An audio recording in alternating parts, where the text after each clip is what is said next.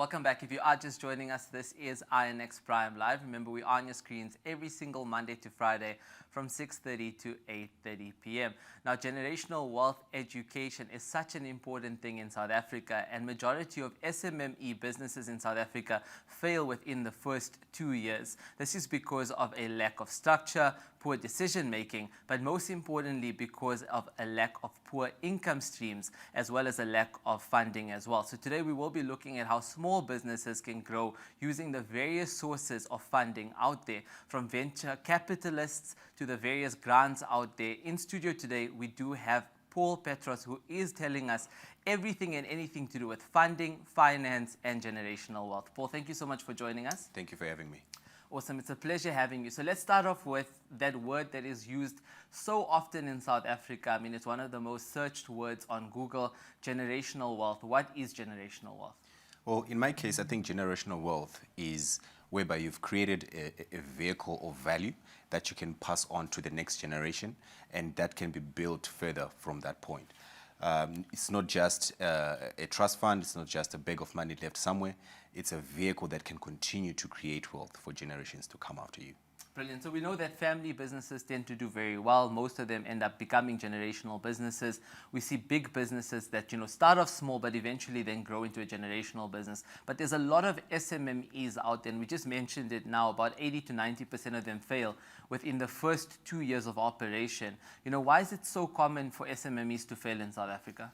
I think it's not just in South Africa. I think it's a global phenomenon. I think one of the key things that we struggle with as entrepreneurs is identifying a market for the products that we want to launch. What happens is we've got a great big idea. We rush to launch the business, but we have not tested the market to find product market fit. And that is usually the major cause for failure within the first 2 years.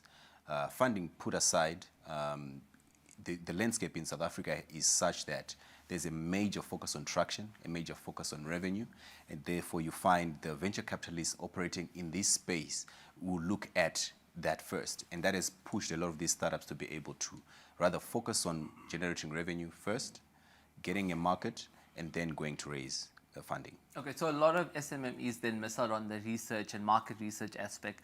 But why is it that in South Africa compared to other countries, so you look at Netherlands, you look at, like the UK, a lot of young startup businesses are supported, and they don't necessarily have to be making money first before they get a VC or venture capital company to come in and invest in that company. South Africa, it's very different. Like you just mentioned, you have to first be making money, have some form of traction, and then only will they come on board. Why is that different in South Africa compared to other countries? I think it comes down to ecosystem. So if you look, like you mentioned, Netherlands, and you look at the Silicon Valley, they've created an ecosystem that allows startups to be nurtured and to be funded.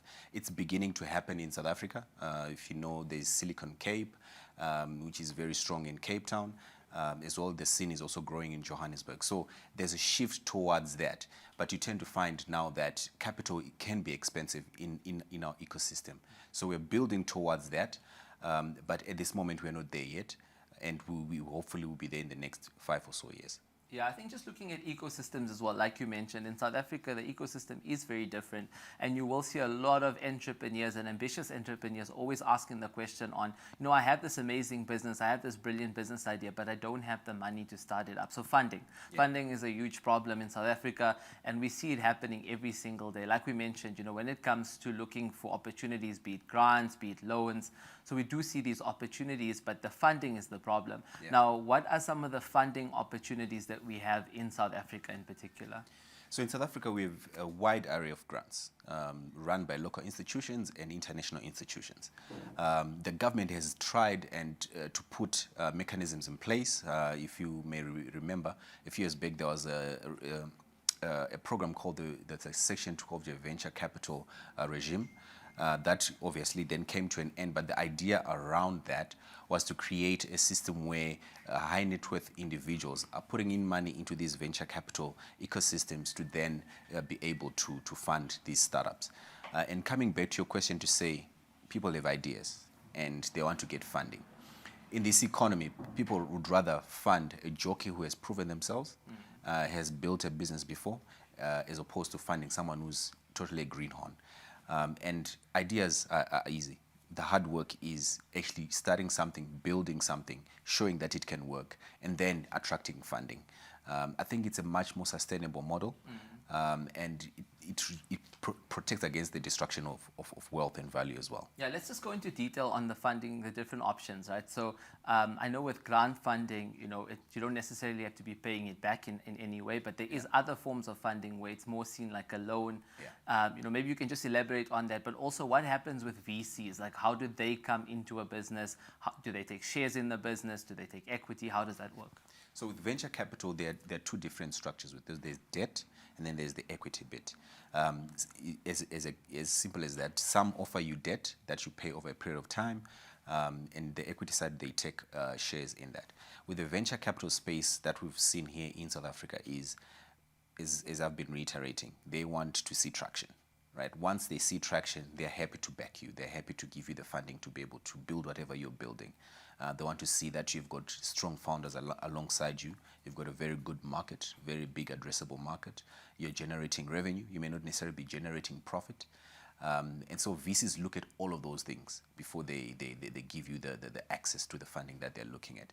As you mentioned as well, grants. Government grants have been very, very helpful. Corporates also are running grants. So as you may know, RMI used to run, which ended last year, a program called Alpha Code.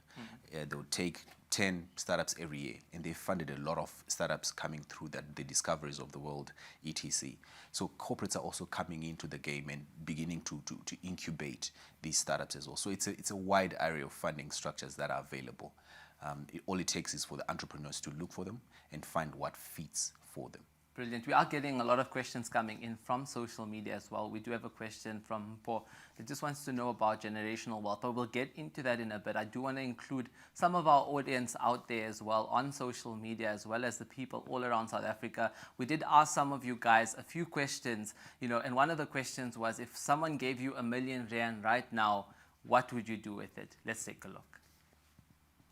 Okay, the first thing that I would do if I get $1 million or R1 million per se, I'd register from vets. What's the use of staying here, guys? Let's just try. It's hard, so I might as well just run. Okay, and I would probably invest my money, get some money instead of just being tortured by vets. So yeah. I would buy myself a car. Okay, the first thing that I would do if I was given R1 million would be to finance my business idea. The other thing would be to actually give my mom the best life that I think she deserves. So yeah. If I had R1 million, I would plan a holiday for my family and I. Yeah, to the Maldives or Bali or Bora Bora. I would invest my money. Like 75% of it, I would put it in stocks, and then 25% I put it in a tax-free savings account. So if I had to receive R1 million from anyone, I'd probably just try to complete my mom's house and fund my siblings' tuition fees. Thank you. I'd invested in solar power for my house. Well, those are some cool responses from some of the students actually at a university in South Africa. Some of them said they're going to buy houses, some are going to buy cars, but some are actually going to invest it into stocks and equities. Paul, I'm going to pass that question on to you as well. If someone gave you R1 million right now, you had no worries of rent or leases or whatever, what would you do with that R1 million? I think the first thing I'll do is invest in myself. I think skills stack, and in as many areas that I'm interested in, I would stack those skills, but a good portion of it would go obviously into my emergency fund, which would be dollar denominated to protect against volatility with the rand. So basically those two main things. $1 million is not a lot of money, so those two things would suffice for me. Brilliant, Paul. I mean, you're someone who a lot of young people look up to. They follow your tips. You can maybe share with us some of the best business tips when it comes to starting up a business in South Africa. What are some of those hacks or cheat codes that you have for us? So I'd say if you do not have capital and you have a job and you want to shift into entrepreneurship, I'd say keep the job, mainly because the first thing that you need to ascertain is your cash flow. That may be in the form of your salary. And once you have cash flow, you can then stack and shift that into a side hustle. Once you have acquired a side hustle, you can then leverage that and be able to then shift from full-time employment into full-time entrepreneurship. As is the case on the ground, not many youths are employed. And opportunities are available, but coming back to the issue of funding, there is little that many people can do. So what I would say is find the small things that you can do, find those small wins and leverage and stack those small wins until it's much bigger than what it is now. Brilliant, Paul. Just in closing, how do we build generational wealth in South Africa? Quick answer. By creating value. Perfect, Paul. Thank you so much for joining us. Thank you very much. Awesome. By creating value, guys, that is Paul Petros that just shared with us some of the most important ways to be able to look for funding, but also to understand that, you have to build something of value for people to be attracted to it. On that note, let's take a quick ad break. We'll come right back.